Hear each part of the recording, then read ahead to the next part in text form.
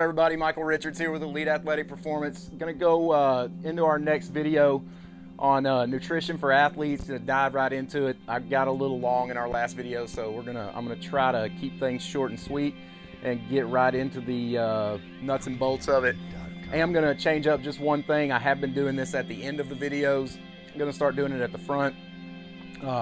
Please like and subscribe to our channel if you're finding this content to be helpful. We also have a Patreon page that we're putting together that you can support with just $5 a month. You can go and sign up to support our channel if the content is helping you. That's not a big sacrifice to make. That will help. These videos take about 20 hours to make from the beginning of me putting the information together until they're uploaded and ready to put on YouTube.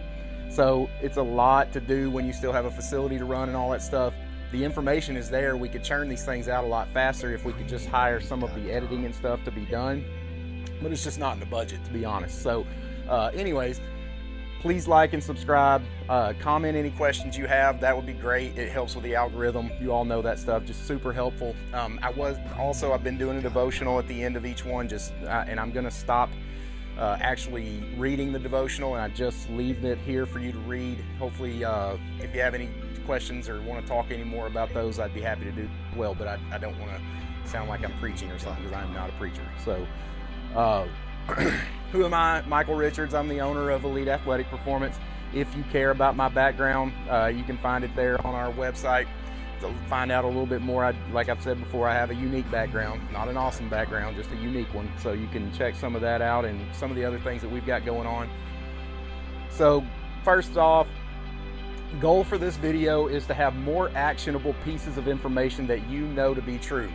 All right, and then so you can make educated decisions from there.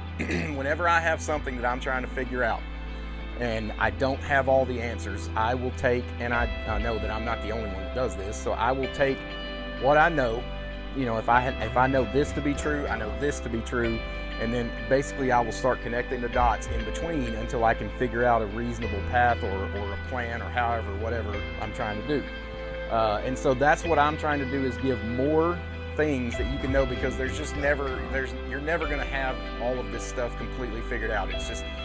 There's too many gray areas, too much muddy water, all that stuff. So it's tough to do. So we're just trying to give as many actionable facts as possible, and that kind of goes for all of these videos. So really and truly, this video could be named the Protein Show, because that's really what it boils down to. Protein is the building block of all of it, and I would estimate that 90% of athletes, probably more really, are not getting enough protein. Really and truly, nobody probably is. There's very few people that are, outside of the bodybuilding community and a couple other, like what I call unicorns or outliers out there that may be. I'm literally sitting here making a video about eating more protein, and I have a hard time doing it. It's hard to do. So why don't people get enough protein? I feel like these are the four main reasons that they don't, and we're going to go over each one of them individually. So 1, they don't know how much is enough. 2, they don't know or are misguided on the sources of protein. 3, it's not easy to do. And 4, they don't track it. So we're going to go over each one of those individually, because that's going to be the main things that will help you to get better at knowing about nutrition, and helping, if you're a coach, helping your group, your guys, girls, have a better plan for nutrition. If you're a parent watching this, how you can help and stock the kitchen and to help your athlete have more things readily available. If you're an athlete, the things you can find, the things that you can do, and all that stuff to help you with your nutrition. So this one's really cut and dried. It's one of the few things in this world that are cut and dried. You need 1 gram of protein per pound of body weight, period. Moving on. So just keep that in mind. That's not really negotiable. So if you are a non-athlete that is very sedentary, then maybe you could get away with like 0.75 grams of protein per pound of body weight. But if you're sedentary, you're probably not tracking your macronutrients, so it doesn't matter. So 2, they don't know or are misguided on the sources of protein. Now, there are people that just me back up. The real sources of protein: chicken, fish, steak, eggs, protein powder. Those are the sources of protein in my world. I know that there are beans and things like that that have protein in them, vegan sources. If you want to try to get a teenage or young 20s athlete to live off those type of things instead of meat, be my guest. But I have other things to do. I'm not going to eat that way, so I'm not going to try to get them to eat that way, but they are welcome to find those sources and use them if they want to. I am not going to do it. I don't have any idea about them, so I won't speak on them. These are the sources of protein in my world. Protein powder is purposely listed at the bottom because you don't need to try to live off that. And coaches, parents, you got to watch it. With the younger athletes, the hard gainer athletes, they don't like to eat, which sounds completely ridiculous to me, but they really don't like to eat, at least not things other than gas station food and Cheez-Its and stuff like that. So when you start telling them they need to increase their protein powder or their protein intake, first thing they're going to do is try to live off protein powders and bars, and we'll get into that a little bit more later on, but it just doesn't turn out well when they do that. So they don't know or are misguided on the sources of protein. Again, the reason I put this second screen up here is because to kind of prove a point or to talk about one thing that we do need to address, that peanuts are a fat. They're not a protein. They have some protein in them. I mean, bread technically has a little bit of protein in it, but it's not a protein source, okay? I hear a lot of people referring to peanut butter and things like that as high in protein, and it is marketed that way, but you just got to understand it's not a protein source. And the reason that I listed whole grain, everybody knows whole grain is not a protein source. I listed that because you have to be aware of packaging and the way that things are marketed. The people who are marketing food have put millions, billions of dollars into research on human behavior and things like that. They know that America is kind of in an obese crisis type thing, and that they know that we need to, or that we're trying to eat healthier. People are looking around and like, oh God, we're sick and we're fat, and so like people want to eat healthy, but they really don't want to give up what they want. So marketers have figured out, if they package things in a brown package, if they label it with they boast some kind of something about it being healthy on the label, and they know that whole grains and that protein and things like that are buzzwords that will sell more packages or sell more product.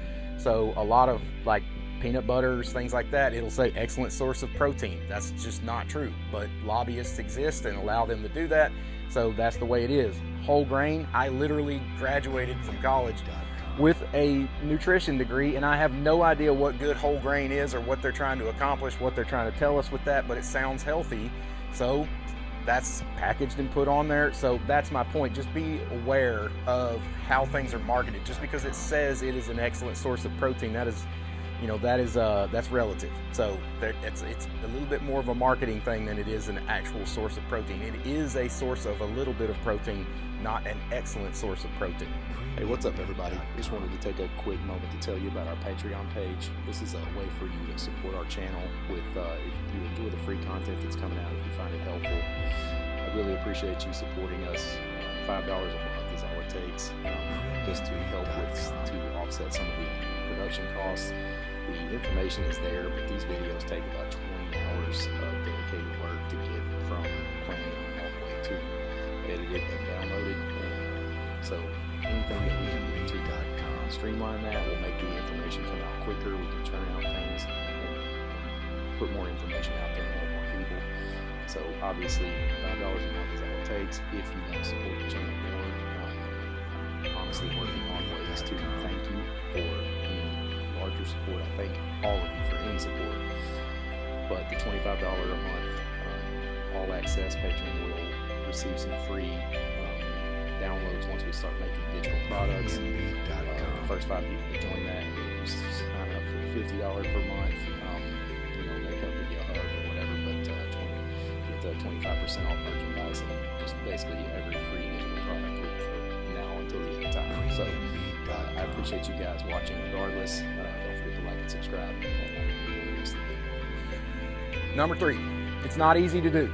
Carbs are portable, and everybody knows that. So That's why, it's so easy for, for you to go in and grab Cheez-Its and some Little Bites or something like that, breads, things like that keep. They don't have to be refrigerated. And so it's a lot easier for people to carry those around, but they're just not getting the job done, okay?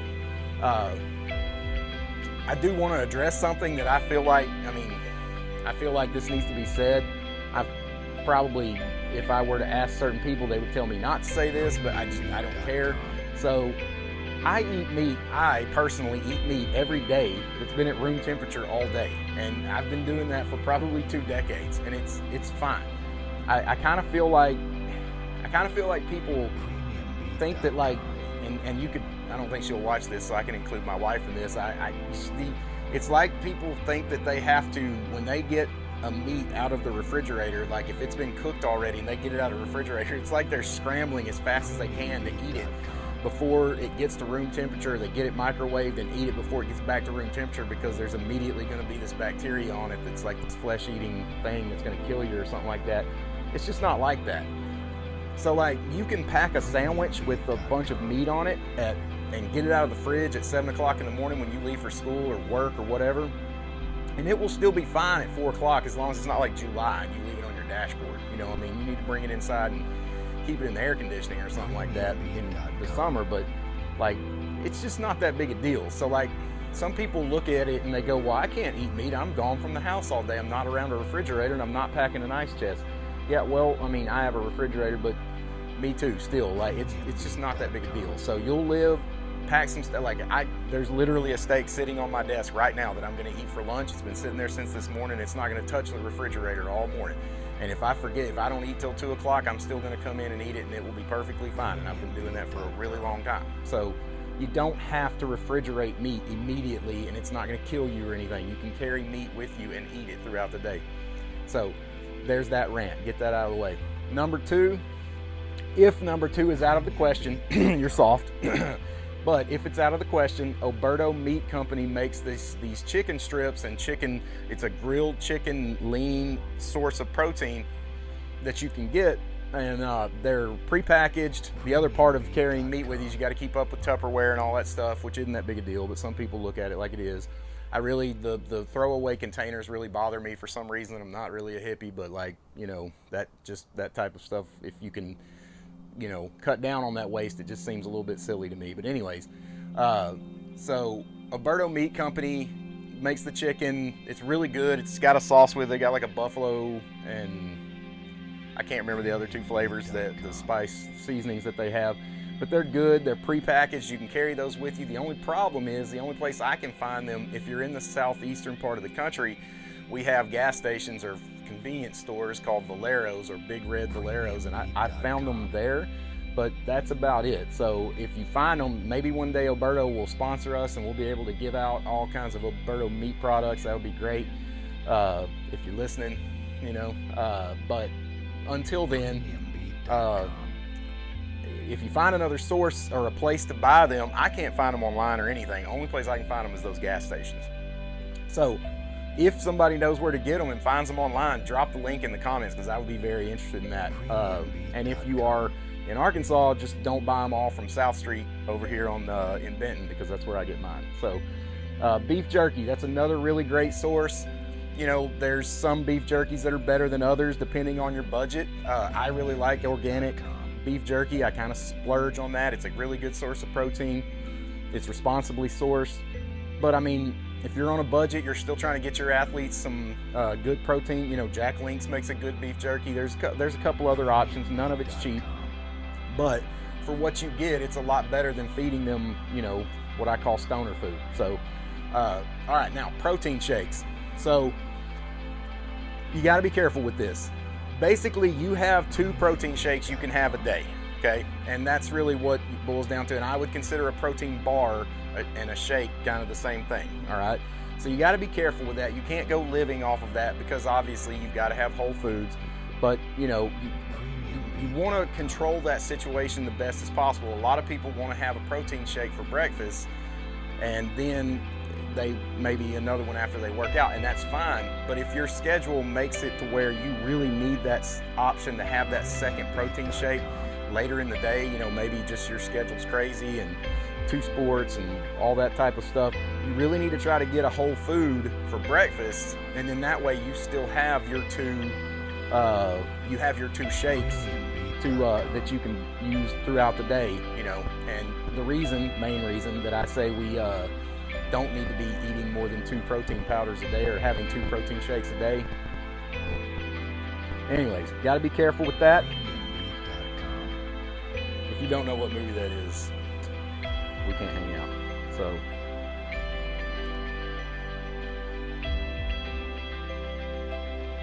well, for some reason I can't click off. There we go. All right, number 4. Number 4 reason that people don't get enough protein is they don't track it. It's real simple. Download MyFitnessPal, the app. That's the logo. Download it. It's going to ask you a few questions. Just tell it you need to gain weight, gain muscle, something. It doesn't really matter just when it's asking those questions. It's part of the free app. Get to that part of the app to where you can put the food that you eat throughout the day in there, and it will give you a total of how much protein you've had at the end of each day. And then I think you will be shocked, but it will also give you a starting point. You're like, okay, I need to get this much more protein on a given daily basis. So get that app. Okay, now that we're through with protein, carbs, and fats. Unless you have, and remember, this is a real world application. Is it the best case scenario? No. But I've said it several times in my videos, I work off of best case scenarios and worst case scenarios, and that is dictated by what I can implement. And just because it's the best case scenario, you're only going to have, if you're a coach, you know this, there's only going to be like 1 out of 20 kids and athletes that you can actually get to do the best case scenario, no matter how much you stand on their chest. Plus, on top of that, I'm a libertarian. I truly believe that we don't need to be standing on kids' chests and absolutely forcing them to do everything. If they can't make those choices for their own, they've got some other things going on. They're going to have to learn to make the right choices on their own at some point in their life. So I know that it doesn't always bode the best for your success, but for theirs, there is at least an argument there. So unless you have body fat that you need to lose, I just wouldn't track them. I wouldn't even worry about it. If you're an athlete that's trying to get into learn how to take care of your nutrition a little better, if you will take care of your protein, it'll take care of everything else. Everything else will fall in line. It's not like, if you're a coach or a parent, it's not like you're going to have a hard time getting your kid to eat carbs. Every kid eats carbs except for like I said, those 1 or 2 unicorns that take things way too far or whatever. So you won't have a problem eating those. You're still going to eat powdered donuts from the gas station. Just have beef jerky with it. You're still going to eat whatever, just have meat with it, protein with it. That's really what it boils down to. So, all right, so finishing up, a couple real world applications. Athletes need a dose of protein and carbs every 3 to 4 hours that they're awake. Okay, that's real simple. It's cut and dried. You've got this magic device in your pocket that you carry around everywhere that has an alarm that can go off. And I know you can't do that at school, but it's pretty simple. By the time that has, just don't go more than 3 to 4 hours. Sorry, my face itched.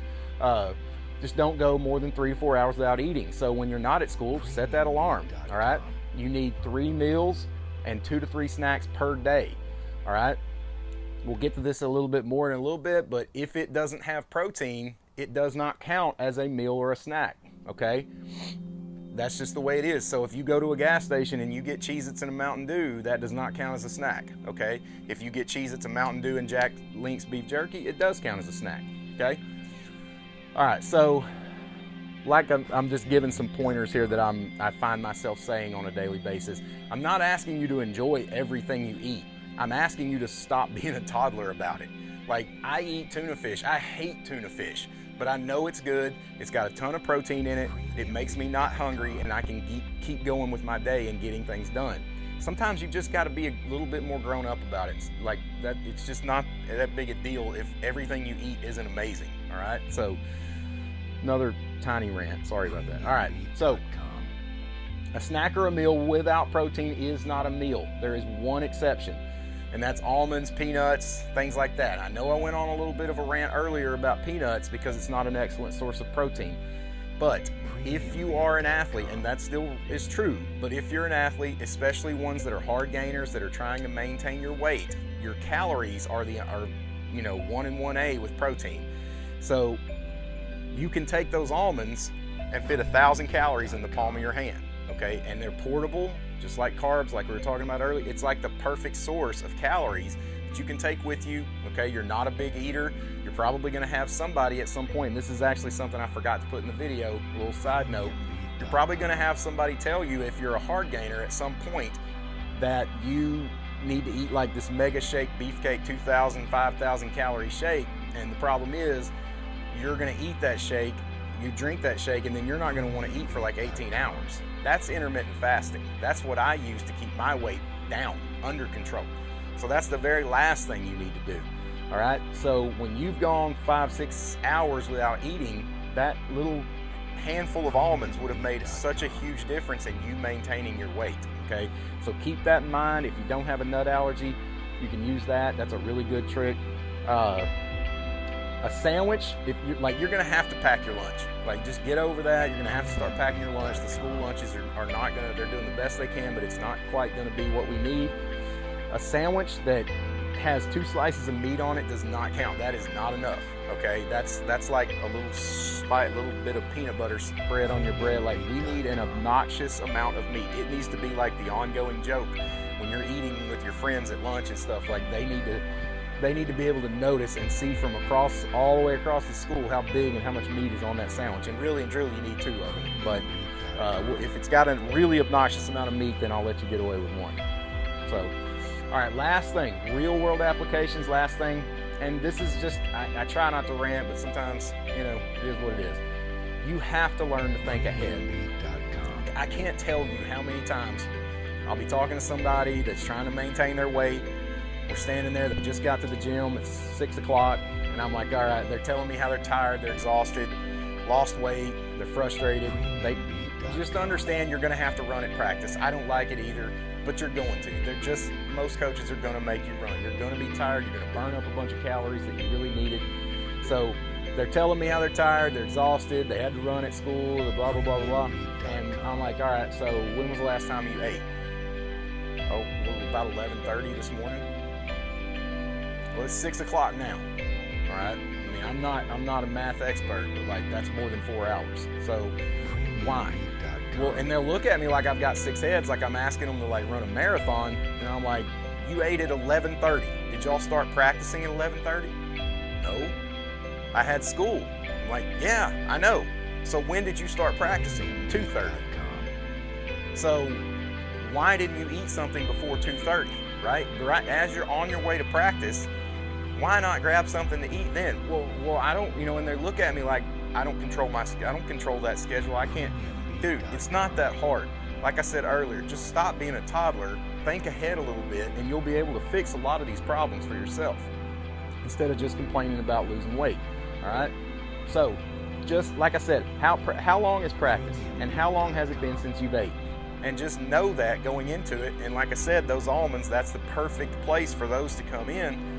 You don't have time, you're not hungry, just half a handful of almonds will make the biggest difference in how you maintain your weight, how you feel at practice, and all that other stuff, your mood, all that. Because when you start going 5-6 hours without eating, dude, like your blood sugars drop, you feel bad, you can't perform, you're grumpy, it's just not good. So like, you just gotta learn to take care, to pay attention to how you feel and what factors have gone into it, and then take care of that, all right?